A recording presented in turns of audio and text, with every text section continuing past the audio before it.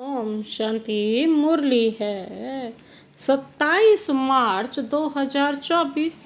बाप दादा के मधुर महावाक्य। मीठे बच्चे, सत्य सुनाने वाला एक बाप है, इसलिए बाप से ही सुनो, मनुष्यों से नहीं।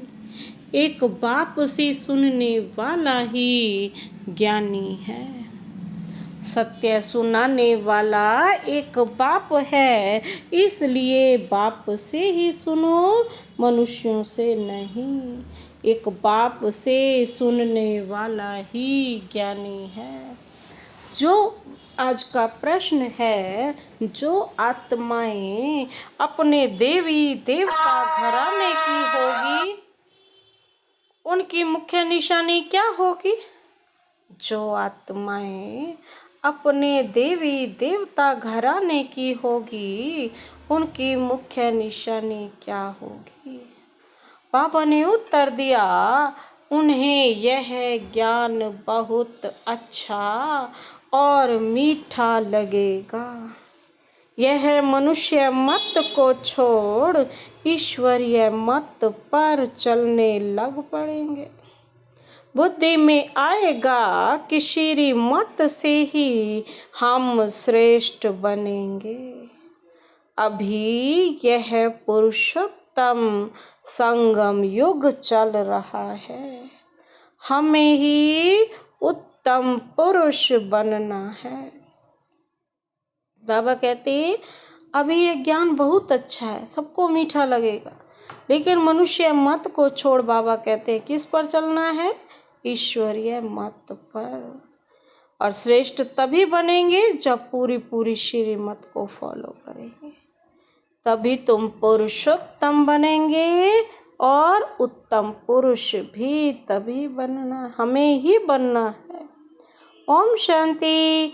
मीठे मीठे रूहानी बच्चे, आत्म अभिमानी भव, देह का अभिमान छोड़ अपने को आत्मा समझो। यह भी जानते हो परमात्मा एक है, ब्रह्मा को परमात्मा नहीं कहा जाता है। ब्रह्मा के 84 जन्मों की कहानी को तुम जानते हो। उनका यह है अंतिम जन्म, मुझे आना ही इसमें ही होता है। जिसने पूरे 84 जन्म लिए हैं, उनको ही बताता हूँ, तुम 84 जन्मों को नहीं जानते हो। मैं ही तुमको बताता हूँ, पहले पहले तुम यह देवी देवता थे। अब यह बनने लिए फिर पुरुषार्थ करना है। पुनर्जन्म तो पहले जन्म से ही शुरू होता है। अब बाप कहते हैं, मैं जो तुमको सुनाता हूँ वह है लाइट, बाकी जो कुछ तुमने सुना है वह है रॉन्ग। मुझे कहते हैं ट्रुथ, सत्य बोलने वाला। मैं सत्य धर्म की स्थापना करने आता हूँ। कहा जाता है ना, सच तो बीठो नच, अर्थात सच्चे हो तो खुशी में डांस करो। बाबा कहते हैं अगर सच्चे हो तो खुशी में डांस करो। बाबा कहते सच तो बीठो नच, यह है ज्ञान डांस। वो लोग श्री कृष्ण को दिखाते हैं, मुरली बजाई रास किया, वह है सच खंड के मालिक। लेकिन इनको भी बनाने वाला कौन? सच खंड की स्थापना करने वाला कौन? वह है सच खंड, और यह है झूठ खंड। भारत सच खंड था जब इन लक्ष्मी नारायण का राज्य था, उस समय और कोई खंड नहीं था। मनुष्य यह नहीं जानते कि स्वर्ग कहाँ है। कोई मरते हैं तो कहते हैं स्वर्गवासी हुआ। बाप समझाते हैं तुम उल्टे लटक पड़े हो, माया के अधीन हो पड़े हो। अब तुमको बाप आकर सुलटा बनाते हैं। तुम जानते हो भक्तों को भक्ति का फल देने वाला है भगवान। इस समय सब भक्ति में है। जो भी शास्त्र आदि हैं सब हैं भक्ति मार्ग के। यह है गीता ज्ञान आदि सब है भक्ति मार्ग। ज्ञान मार्ग में भजन होता नहीं। तुम जानते हो हमको आवाज से परे जाना है, वापिस जाना है। बाप कहते हैं मीठे बच्चे मुख से हे भगवान भी कभी नहीं कहना।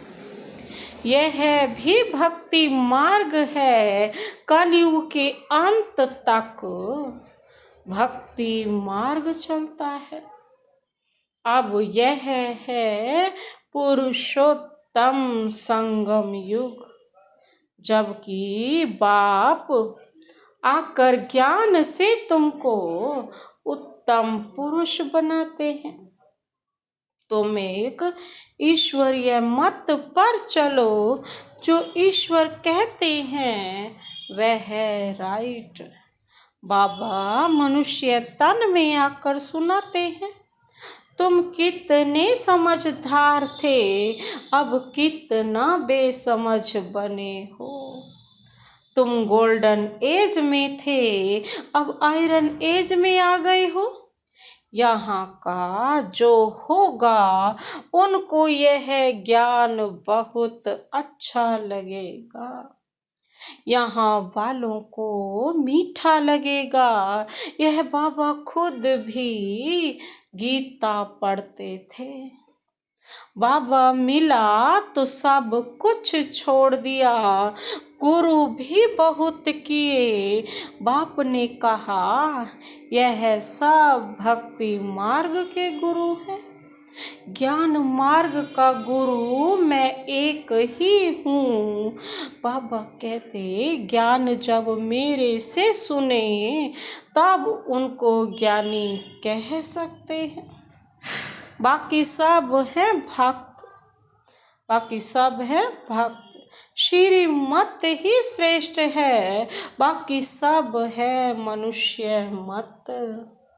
बाबा कहते यह है ईश्वरीय मत, वह है रावण मत, और यह है भगवान की मत। भगवानुवाच तुम कितने महान भाग्यशाली हो, इसलिए तुम्हारा हीरे जैसा जन्म अभी है। अंगूठी में भी हीरा बीच में डालते हैं। माला में ऊपर फूल होता है, फिर मेरू नाम भी है आदम बीबी।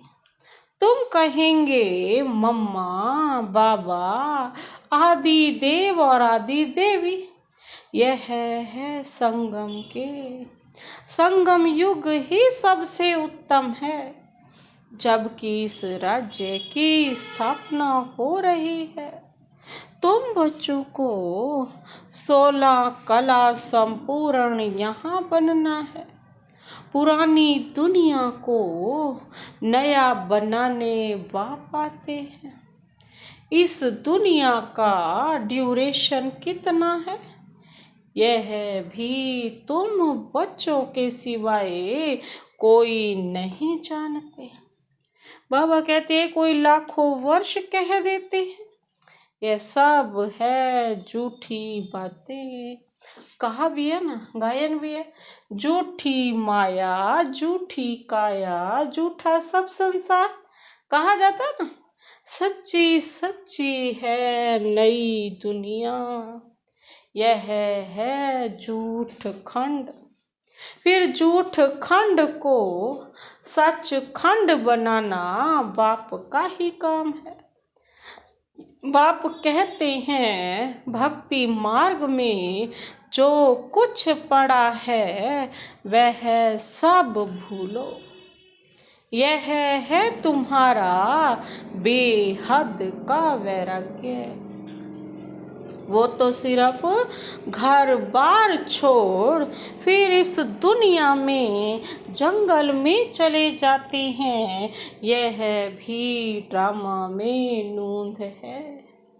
क्यों का सवाल नहीं उठता। बाबा कहते क्यों का सवाल ही नहीं उठता, यह तो बना बनाया खेल है। तुम बच्चों को बाप समझाते हैं ऐसे ऐसे होता है, और जो भी धर्म वाले हैं वह स्वर्ग में नहीं आ सकते। बौद्ध डिनाइस्टी, क्रिश्चियन डिनाइस्टी कोई भी स्वर्ग में नहीं आते, वह पीछे आते हैं। पहले पहले है डीटी डिनाइस्टी, फिर इब्राहिम, बुद्ध, क्राइस्ट आकर अपना धर्म स्थापन करते हैं। बाबा पुरुषोत्तम संगम युग पर आकर के यह डीटी डिनाइस्टी स्थापन करते हैं। कोई भी आत्मा आती तो गर्भ में ही है, छोटा बच्चा सो बड़ा हुआ। शिव बाबा तो छोटा बड़ा नहीं होता, ना वह गर्भ से जन्म लेता है। बुद्ध की आत्मा ने प्रवेश किया। बुद्ध धर्म पहले तो होता नहीं, जरूर यहाँ के कोई मनुष्य में प्रवेश करेंगे, फिर गर्भ में तो जरूर जाएंगे। बुद्ध धर्म एक ने ही स्थापन किया, फिर उनके पीछे और आते गए, फिर वृद्धि होती गई। जब लाखों हो जाते हैं तो फिर राजाई चलती है। बोधियों का भी राज्य था। बाप समझाते हैं यह सब पीछे आते हैं। उनको गुरु नहीं कहा जाता है, गुरु होता है एक, वह तो अपने धर्म की स्थापना कर फिर नीचे आ जाते हैं। बाप ने सबको ऊपर भेज दिया था, फिर मुक्ति धाम से एक एक करके नीचे आते हैं। तुम भी जीवन मुक्ति से नीचे आते हो, वैसे वह फिर मुक्ति से नीचे आते। उनकी महिमा काहे की, ज्ञान तो उस समय प्राय लोप हो जाता है। बाप ज्ञान देते हैं गति सदगति के लिए, वह गर्भ में नहीं आते, इसमें बैठे हैं, इनका दूसरा नाम नहीं। औरों के शरीरों का नाम है, यह है ही परमात्मा। यह ज्ञान का सागर है। यह ज्ञान पहले आदि सनातन देवी देवता धर्म वाली आत्माओं को मिलता है, क्योंकि उन्हें ही भक्ति का फल मिलना है। भक्ति तुम ही शुरू करते हो, तुमको ही फल देता हूँ, बाकी दूसरे सब है बाई प्लॉट। बाबा कहते बस तुम्हें ही मिलता है भक्ति का फल। वह 84 जन्म भी नहीं लेते हैं। बाप समझाते हैं बच्चे तुम अब देही अभिमानी बनो।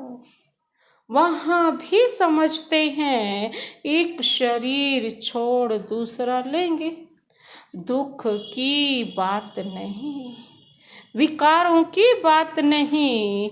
विकार होते हैं रावण राज्य में। वह है निर्विकारी दुनिया। तुम समझाएंगे फिर भी मानते नहीं हैं। कल्प पहले मिसल जो मानते हैं वही पद पाते हैं। जो नहीं मानते वह नहीं पाते हैं। सतयुग में सभी पवित्र सुख शांति में रहते हैं। सब मनोकामनाएं किस जन्म के लिए पूरी हो जाती है। बाबा कहते सतयुग में कोई कामना नहीं, अनाज आदि सब कुछ अथाह मिल जाता है। यह बॉम्बे पहले नहीं थी। देवताएं खारी जमीन पर नहीं रहते। सागर के किनारे है ना, खारा पानी है, तो बाबा कहते देवताएं खारे के जमीन पर नहीं रहते। मीठी नदियां जहाँ थी वहाँ देवताएं थे। मनुष्य थोड़े थे, एक एक को बहुत जमीन होती है। दिखाते हैं ना, सुदामा ने 2 मुट्ठी चावल दिए, महल मिल गए। मनुष्य दान पुण्य करते हैं, ईश्वर अर्थ। अब वह कोई भिखारी है क्या? ईश्वर तो दाता है। समझते हैं ईश्वर दूसरे जन्म में बहुत कुछ देगा। तुम 2 मुट्ठी देते हो, नई दुनिया में बहुत कुछ लेते हो। तुम खर्चा करके सेंटर आदि बनाते हो। बाबा कहते सबको शिक्षा मिले। अपना धन खर्च करते हो, फिर राजाई भी तुम ही लेते हो। बाबा कहते मैं ही तुमको अपना परिचय देता हूँ। मेरा परिचय कोई को है नहीं। ना मैं किस तन में आता हूँ, मैं आता ही पूरे कल्प में एक बार ही हूँ, जब पतित दुनिया को चेंज करना है। क्योंकि मेरा नाम ही क्या है, गायन ही क्या है, मैं हूँ ही पतित पावन। मेरा पार्ट ही संगम युग पर है। बाबा कहते सो भी एक्यूरेट समय पर आता हूँ। तुमको यह थोड़ी पता पड़ता है कि शिव बाबा इनमें कब प्रवेश होता है। श्री कृष्ण की तिथि, तारीख, मिनट, घड़ियां लिखते हैं। इनका कोई मिनट आदि नहीं निकाल सकते। यह ब्रह्मा भी नहीं जानते थे। जब नॉलेज सुनाई तब मालूम पड़ा। कशिश होती है, इसमें तो कट चढ़ी हुई थी। जब परमपिता परमात्मा ने प्रवेश किया तो तुमको कशिश हुई और तुम भागे। कोई भी तुमने परवाह नहीं की।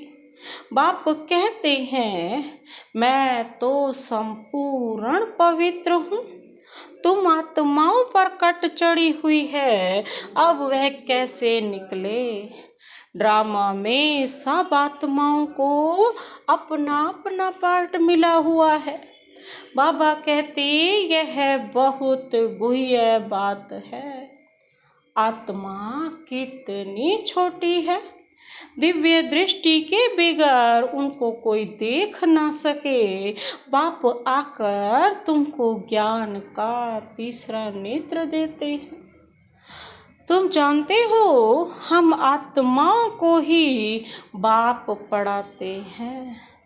भक्ति मार्ग में तो ज्ञान है, आटे में नमक। जैसे भगवानुवाच अक्षर राइट है, फिर श्री कृष्ण कहने से रॉन्ग हो जाता है। मन मना भाव अक्षर ठीक है, परंतु अर्थ नहीं समझते। माँ में कम अक्षर राइट है। यह है गीता का एपक। एपक मतलब युग। भगवान इस समय ही इस रथ में आते हैं। उन्होंने दिखाया है घोड़ा गाड़ी, उसमें श्री कृष्ण बैठा है। अब कहाँ भगवान का यह रथ और कहाँ घोड़ा गाड़ी, कुछ भी समझते नहीं। यह बेहद के बाप का घर है। बाप सब आत्माओं को अर्थात बच्चों को 21 जन्मों के लिए हेल्थ, वेल्थ, हैप्पीनेस देते हैं। यह भी अनादि अविनाशी बना बनाया ड्रामा है। कब शुरू हुआ कह नहीं सकते। चक्र फिरता ही रहता है, इस संगम का तो किसको मालूम ही नहीं। बाप बतलाते हैं यह ड्रामा 5000 वर्ष का है। आधा में सूर्यवंशी चंद्रवंशी, आधा में अर्थात 2500 वर्ष में बाकी और सब धर्म। तुम जानते हो सतयुग में है ही वॉइसलेस वर्ल्ड। तुम अभी योग बल से विश्व की राजाई लेते हो। क्रिश्चियन लोग खुद समझते हैं हमको कोई प्रेरणा कर रहा है, प्रे कर रहा है, जो हम विनाश के लिए यह सब कुछ बनाते हैं।